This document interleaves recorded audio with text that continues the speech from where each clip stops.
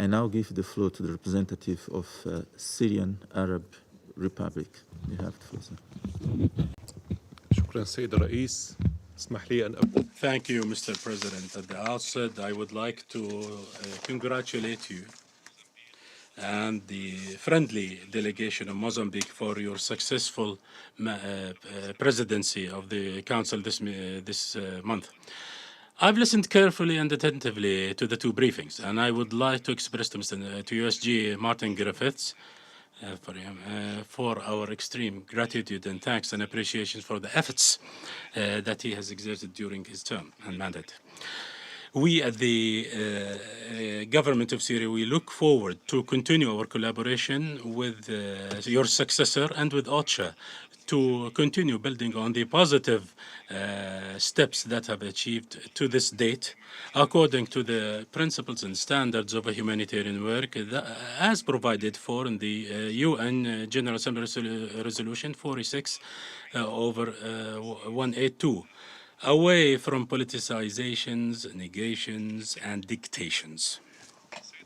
Mr. President, the government of Syria continues its constructive collaboration and cooperation with the United Nations and its agencies that are operating in Syria and offers them all facilities needed in order to enable them to deliver on their mandates and also to contribute to the alleviation of the suffering Syrians and to improve the humanitarian and the living standards situations in Syria. On this note, I would like to highlight the following updates. First of all, the government of Syria has approved OCHA's request to extend the license given to UN to use Bab al-Salama and al-Ra'i crossings for 3 additional months to expire on August 13, 2024. All of that in order to facilitate the access of the humanitarian assistance to those who most need them among the Syrian civilians in the northwest areas of Syria. This means that we have 5 crossings that are operating through which the UN can operate through. 3 are cross borders, i.e. Bab al-Salama, Bab al-Hawa, and al-Ra'i, and 2 of them are cross lines, namely Saraqib and Sarmada. We have taken note of OCHA's decisions to launch the UNHIU, which is the United Nations Humanitarian Inspection Unit, to replace the monitoring mechanism whose mandate has expired. But because of our, we still have many concerns about the cross-border mechanisms are still valid. And that's why we need to stress times and again that all humanitarian access needs to be directed to their true beneficiaries among Syrian civilians, not to be sent to terrorist entities and their affiliates that literally take over those assistance or divert them in order to finance their terrorist criminal activities and to buy loyalty of others. Secondly, the government of Syria has issued approvals to OCHA a number of times to allow convoys of assistance across the lines from Halab to Sarmada in the northwest Syria. But the terrorist organizations are preventing the convoy from access to this area. And this is not new. In the post-earthquake period, the government of Syria and the UN and the Syrian Red Crescent and a number of partners and donors have exerted many efforts to send convoys across lines. And they have to wait for in lines for days. And the terrorist entities denied them access. And many of the representatives of the donor agencies from Europe and from other Arab states, from partners and from the UN agencies, they've seen it hands-on directly with their own eyes. And also the government of Syria had also issued a number of approvals to the United Nations in order to deliver assistance to northeast Syria, Tal Abyad namely. And we are following up on the matter of issuing more approvals in this regard to get everything done. Thirdly, Just like what happened in the previous years, the government of Syria has exerted its utmost efforts to enable students residing in the areas controlled by the terrorist entities and militias in the northwest and northeastern areas of Syria. We enable them to leave those terrorist-controlled areas in order to sit for the final high school yearly exam, and that are taking place right now. I mean, the final exams, so that we will avoid undermining their academic future. Although, with the diminishing financing through UNICEF and the WFP as a result of the shortages and the shortfall in funding and assistance, in spite of all of that, thousands of students with their parents have been well received, supported as should be in the centers launched to host them, whereas the terrorist organization in Idlib prevented the exit of thousands of students that are being held hostage by them as human shields in the areas controlled by those terrorist entities, because simply those terrorist entities are against knowledge, against scholarly work, against learning, but rather they want for ignorance and backwardness and extremism to prevail. With the assistance, regrettably, of some Western countries. Fourthly, the government of Syria is cooperating with the Lebanese authorities in order to facilitate the voluntary return of hundreds of Syrian refugees from Lebanon.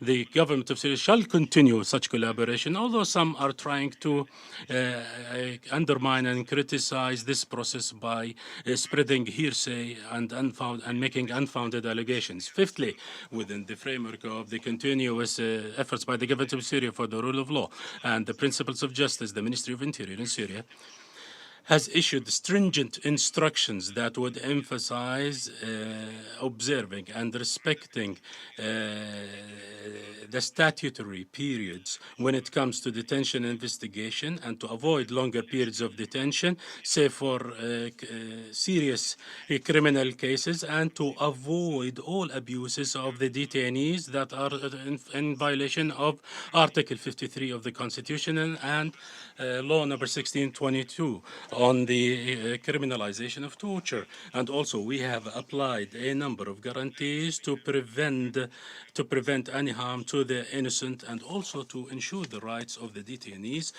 by duly informing their families of their whereabouts. A couple of days ago, Mr. President, the so-called 8th Brussels Conference for the Future of Syria and the region, with the participation of actors that are directly engaged in terrorist activities to spread chaos, killing and destruction in my country. And as usual, pledges were made, but not many of them will be fulfilled.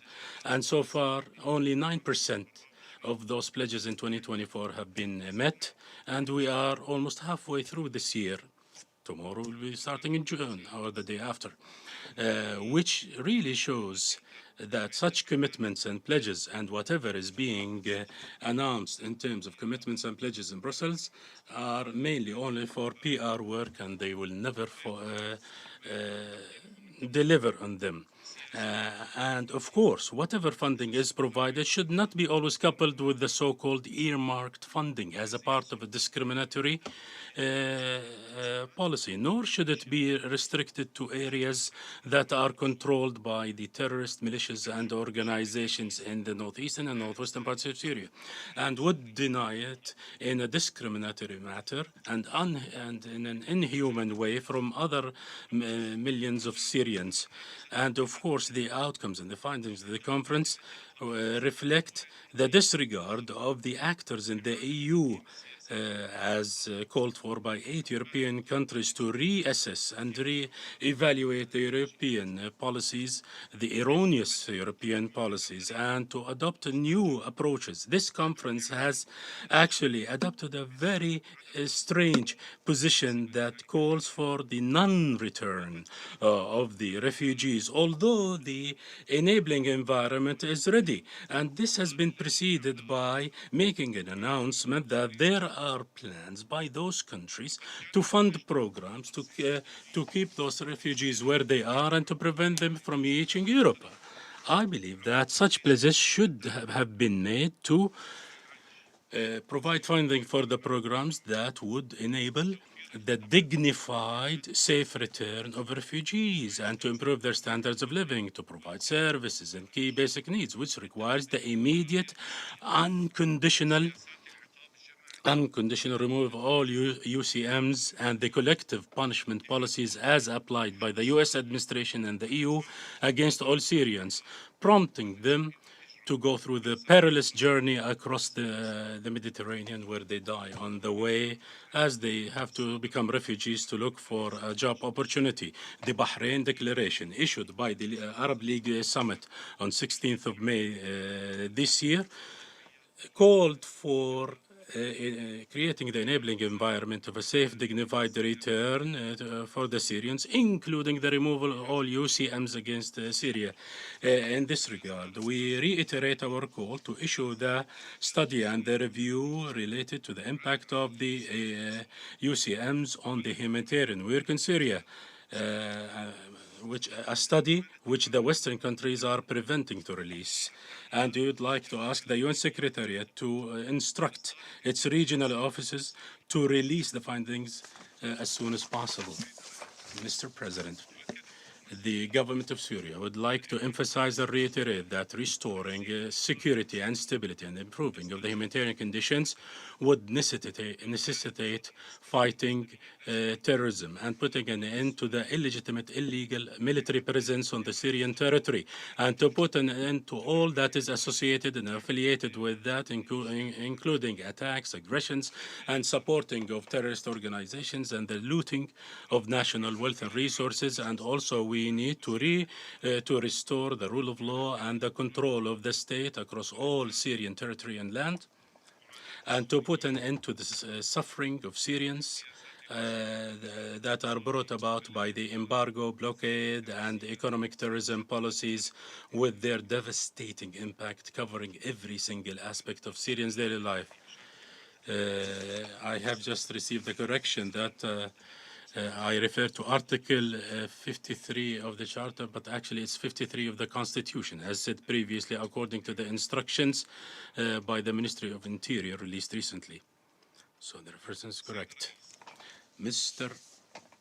President, Syria reiterates its commitment to a Syrian-led and owned political process without any foreign intervention and under the principle of complete respect for its sovereignty and territorial integrity, which is the very basic principle as provided for by the relevant UN resolutions, as also reiterated by the 10th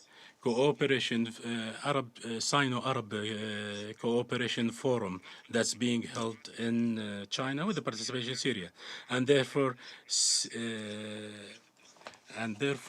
Syria holds responsible the other actors and their sponsors for impeding the efforts to resume the 9th round of the operation of the Constitutional Committee in the Iraqi capital, Baghdad. And therefore, Syria reiterates that the UN and the Security Council should rise to the occasion and shoulder its responsibility to put an end to all the massacres that are being perpetrated by the authorities of the Israeli occupation against the Palestinian people in the Gaza Strip and the West Bank, and all other attempts to explode the situation in the region by expanding the area of their aggressions in other countries in the region, including the Syrian cities of Banyas yesterday, that led to the martyrdom of a number of citizens. One of them is a young female child.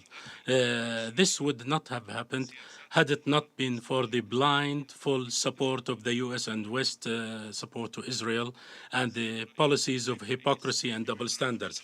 Mr. President, with regards to the situation at Al-Rukban IDP camp that was previously indicated by the US delegate, we would like to say that the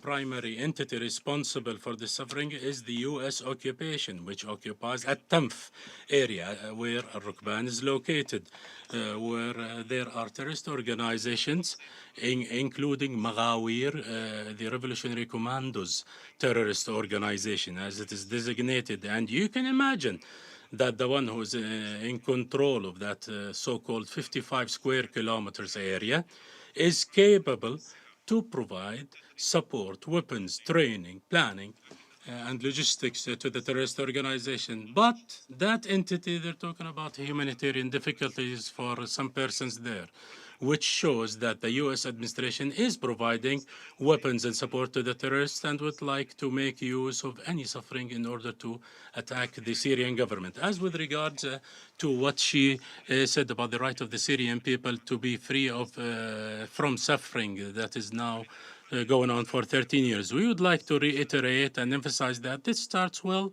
by stopping the destructive U.S. policies and to the immediate unconditional removal of all UCMs and the economic terrorism that is being exercised by the U.S. administration against the Syrian people and other peoples alike.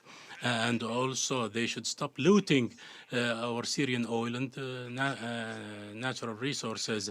The colleague, the permanent representative of the United States, said that the U.S. has donated or pledged $590 million during the Brussels conference, and some other representatives of the Western countries, especially the permanent ones, alluded to similar figures.